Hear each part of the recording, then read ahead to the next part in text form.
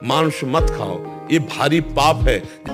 मांसाहार करने वाला व्यक्ति, उसके हाथ से देवता कभी एक पुष्प। आपने देखा होगा जो भारत के कथावाचक हैं वो मांस खाने को लेकर और नॉनवेज के ऊपर वो अलग अलग तरह की प्रतिक्रिया करते हैं, अलग अलग तरह की बातें आपको बताते हैं, क्योंकि मांस को वो पाप और पुण्य से भी जोड़ते हैं और मांस को वो तरह तरह के व्याख्या के माध्यम से आपको समझाने की कोशिश भी करते हैं। लेकिन अगर हम यही बात करते हैं ओशो की, तो ओशो की क्या प्रतिक्रिया होती है मांस को लेकर, नॉनवेज खाने को लेकर, आइए आपको हम वीडियो क्लिप में सुनवाते हैं। सबसे पहले आपको हम सुनवाते हैं जो कि हमारे भारत के जो कथावाचक हैं वो नॉनवेज को लेकर क्या अपनी प्रतिक्रिया देते हैं। सबसे पहले सुनिए हमारे भारतीय कथावाचकों के।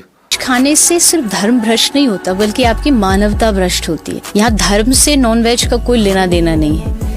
मांस खाने वाले ध्यान से सुन ले, पूर्व में जो किसी भी पशु का मांस खाते हैं उनको तो पहले नरक का दंड मिलेगा, फिर वही पशु बनेंगे, वैसे काटे जाएंगे। कुछ मांसाहार करने वाला व्यक्ति, उसके हाथ से देवता कभी एक पुष्प भी स्वीकार नहीं करते।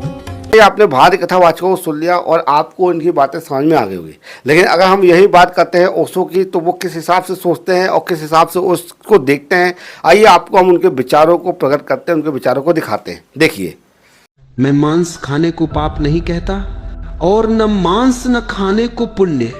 मैं केवल इतना कहता हूं, जागरूक बनो। अगर तुम बिना समझे, बिना संवेदना के मांस खाते हो तो वो अचेतनता है, लेकिन अगर तुम पूरे होश में, पूरे ज्ञान के साथ अपने भीतर महसूस करते हो कि मैं इस जीवन को खा रहा हूं, तो वो अनुभव तुम्हें झकझोर देगा। फिर शायद तुम खुद ही छोड़ दोगे।